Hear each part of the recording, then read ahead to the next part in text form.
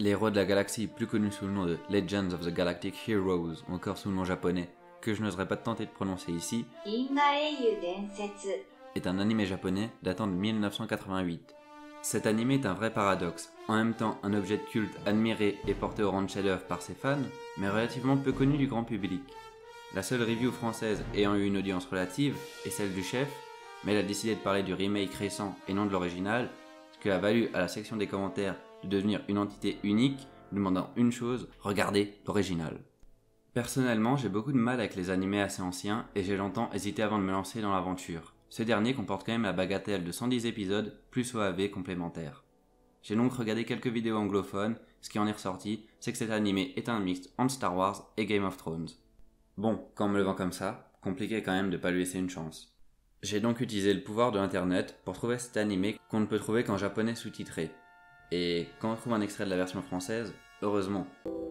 Ah, Kirscheiss, voici la forteresse. Oui, amiral, enfin. Elle semble tellement petite. Et dire que même la poussière d'étoiles doit être plus grande que cette forteresse. Quand on pense que pendant des décennies, des hommes se sont battus pour elle. Je me suis alors lancé dans le premier épisode en m'attendant à en prendre plein la vue, à kiffer. Et là, j'ai pas accroché et je me suis arrêté là. Merci d'avoir regardé cette vidéo, abonnez-vous. Non, vraiment, j'ai pas accroché tout de suite. Et c'est vrai que pour avoir mon intérêt, pour m'engager dans une série aussi longue, à une époque où on a une profusion de contenu disponible, et beaucoup de choses à faire aussi, faut généralement être accroché dès le début, ou on passe à autre chose et on oublie, et c'est un peu ce que j'ai fait, et je suis revenu à la série que 6 mois après parce que j'avais rien à faire un samedi soir. Donc je vais essayer de vous dire pourquoi regarder cet animé, qu'est-ce qu'il a d'intéressant, qu'est-ce qu'il y a qui se fait se distinguer des autres.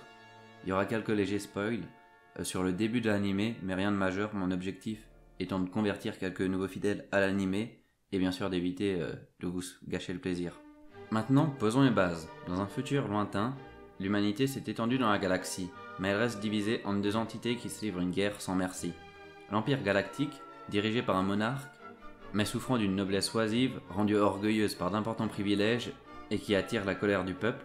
Aussi, ça s'appelle le Reich, c'est une dictature, ça veut conquérir l'univers, tout le monde a des noms allemands, j'ai déjà vu ça quelque part. En face, l'Alliance des planètes libres démocratiques, remplie de politiciens corrompus et groupuscules violents.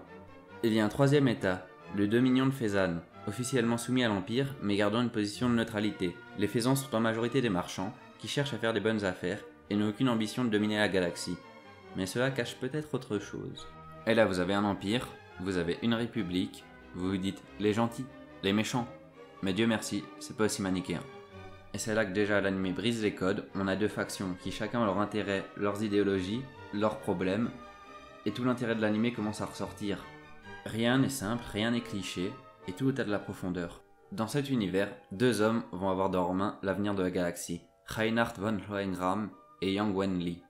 Bien que ce soit les deux personnages centraux, à la manière de Game of Thrones, on suit une pléthore de personnages. Chose particulière, chaque personnage, même secondaire, a sa personnalité propre. Ils ont leur comportement, leur idéologie, mais aussi leur vie hors de l'intrigue principale. On se prend vite d'intérêt pour ces personnages annexes qui ont conscience de n'être que des pions dans un jeu dont ils ne sont pas les acteurs. Certains se satisfont d'être que des subordonnés, mais d'autres ont des ambitions d'être des personnages bien plus importants. Je vais mettre en avant le duo Royantal et Mittermeier, qui est un des duos les plus intéressants que j'ai jamais pu voir, tout animé confondu, voire toute série télé. Honnêtement, je les trouve parfois même plus intéressants que les personnages principaux.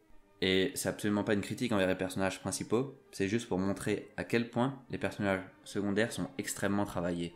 Surtout Royantal, à mon avis, on peut faire une longue vidéo rien qu'en parlant de ce personnage, mais ça demanderait tellement de spoilers.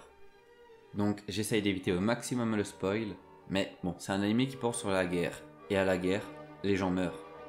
Et l'anime est bien plus mature que beaucoup de productions actuelles. On ressent que les actions ont des conséquences, et qu'au combat, une mauvaise décision peut mener à la mort. Il y a ce sentiment, comme dans les premières saisons de Game of Thrones, que les personnages principaux ne sont pas à l'abri, ça fait donc monter la tension et les enjeux de manière drastique, surtout quand on commence à s'attacher aux personnages et qu'ils se retrouvent dans des grandes batailles. La présentation des personnages et de la situation de départ contient quelques spoils réellement mineurs, c'est le début de l'anime, c'est les premiers épisodes. C'est pas plus que la couverture d'un livre ne vous dirait sur ce qu'est le livre vraiment. Reinhard von Hohengram est un noble, mais il est issu d'une noblesse désargentée et en exil sur une planète perdue. Sa famille est donc contrainte d'emménager à côté de Roturier. C'est là qu'il rencontre le jeune Siegfried Kircheiss, qui qui va devenir son meilleur ami et son bras droit. Dès le début, leur relation est celle d'un chef et d'un subordonné, mais on voit que leur amitié est réelle. Kirchheis, lui, voit dans Reinhardt et sa sœur Anne-Rose des êtres presque supérieurs qu'il veut servir et protéger. Les choses prennent une tournure sombre quand Anne-Rose est choisie par le Kaiser pour être une concubine, et que le père de Reinhardt décide de la vendre au monarque. Reinhardt devient alors fou de rage. En plus d'être sa sœur, Anne-Rose était pour lui une figure maternelle, lui qui n'a jamais eu de mère. Lohengrin décide de partir à l'académie militaire en compagnie de Kirchheis. Les deux sont des génies de la guerre. Bien décidé que ce système est corrompu, Reinhardt a un rêve, celui de renverser le Kaiser, saisir le pouvoir et utiliser sa toute-puissance pour fonder une société meilleure. Il n'est pas le seul qui rêve de voir la haute noblesse tomber, et la situation interne de l'Empire va de mal en pis. Pendant que la guerre fait rage contre l'Alliance, la situation devient très tendue à l'intérieur de l'Empire.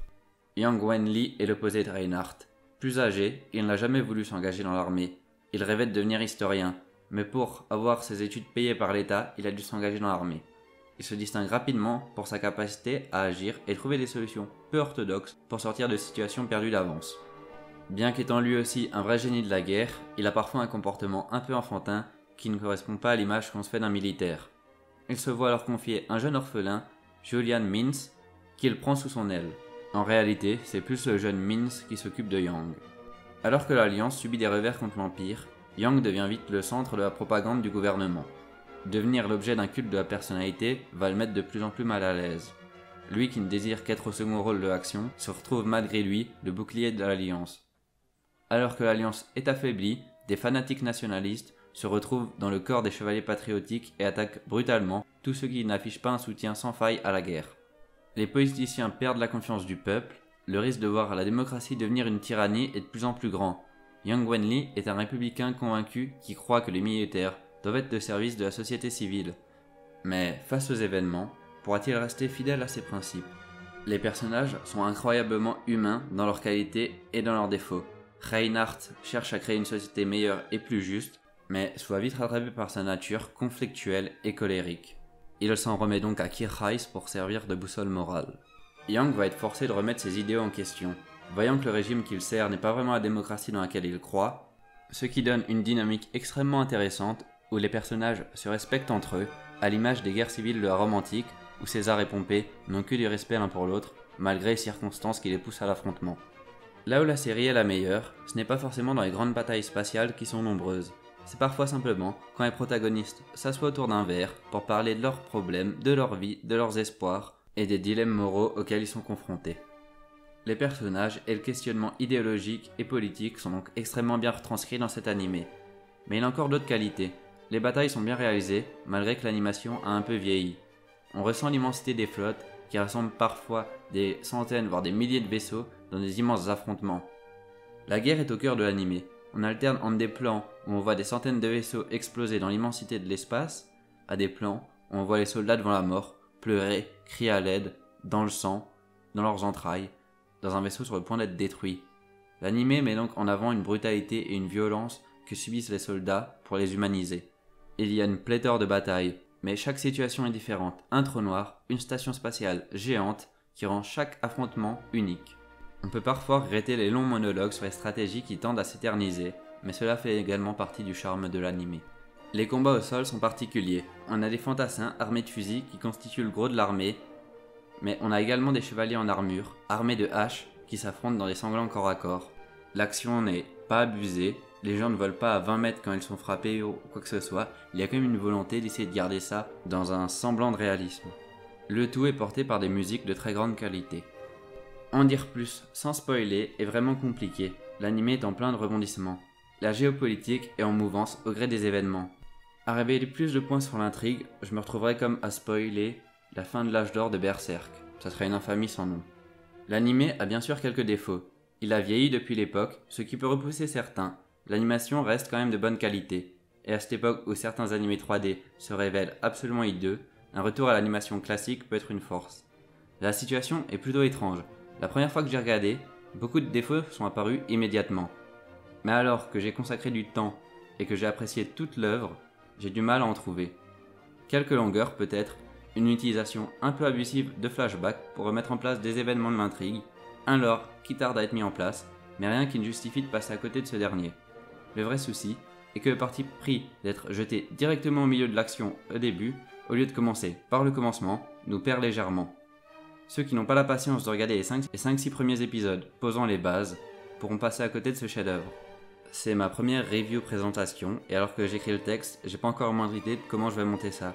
Donc si vous aimez la vidéo et vous voulez que je me lance dans des présentations d'autres animés ou de séries, dites-le moi en commentaire, ça sera un plaisir de le faire. Allez, salut tout le monde et passez une super journée.